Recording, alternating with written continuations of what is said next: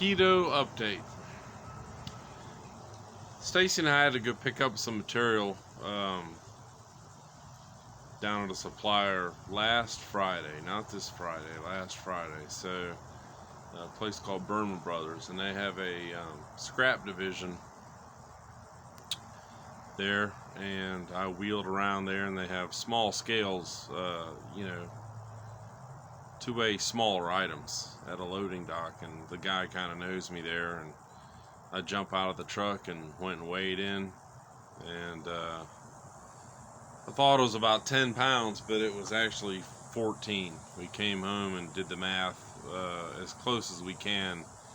So my total loss since last October is 102 pounds. 102 pounds.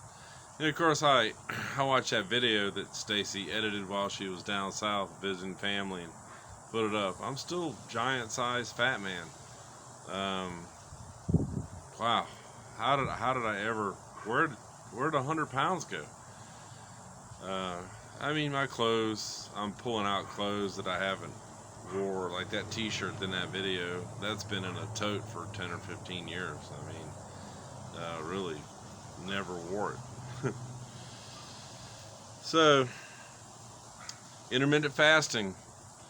You know, don't eat till noon or as close to it as you can, and eat before 6 or so, and study your keto. The fasting is the key. Lots of water, no sugars, no starches, lots of my go-to now is really roasted vegetables in the oven. I like it. They get kind of crispied up and burned, and just avoid the vegetables you're not supposed to eat. Kind of watch those religiously on a carb count, because some things you can't really eat, but that's the key. If I can do it, anybody can do it. And getting back on the bike and doing some riding is very pleasurable to me.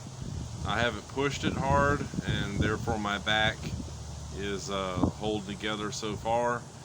And I guess that was the big thing that started it all, was things were so at a higher tune when I had the back injury and got hit by that car, that I just thought that my wrist would heal up and I could go right back to long hard rides on the mountain bike and pick it up where I left off, and that just wasn't the case. And there were times where my back was really bad, and I'm just a little more careful with it now, that's all. So hopefully, I don't know how long it's going to take, but I'm going to stay on it. I got about another 100 more to lose, and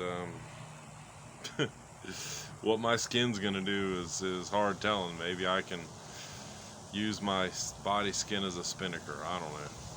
We'll see. Maybe with the slow down in immediate weight loss, things will stretch back into or shrink down somewhat where they're supposed to be. But it's worth every bit of effort. Staying in ketosis, you're not really hungry. You eat when you're hungry, within your food window, and the limit, the intermittent fasting, and get plenty of sleep, plenty of water, and keep moving.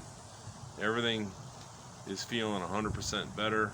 My joints feel better.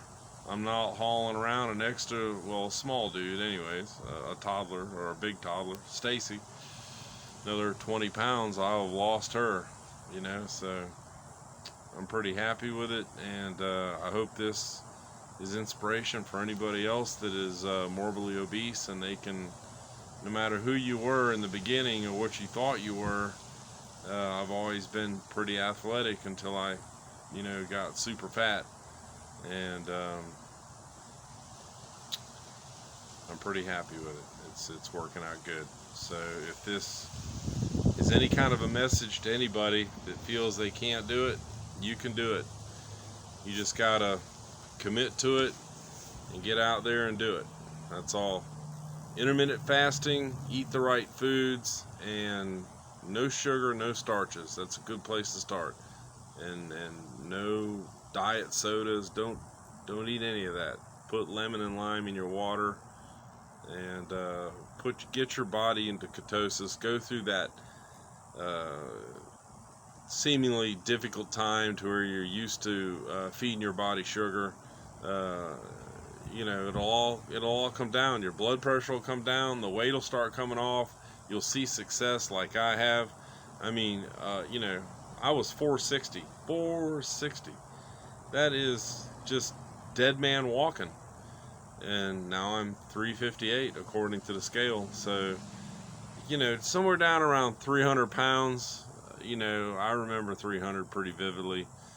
But I move around pretty quick at 260.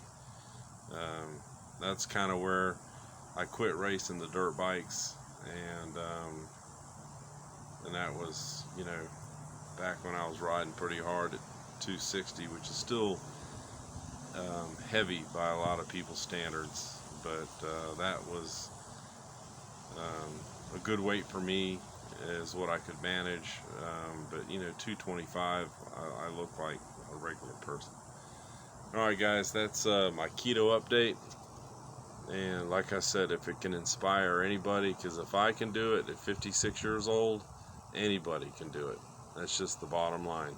Walk, ride the bike, hike, get moving, go do the things you used to love to do, and look for the progress. That's the deal.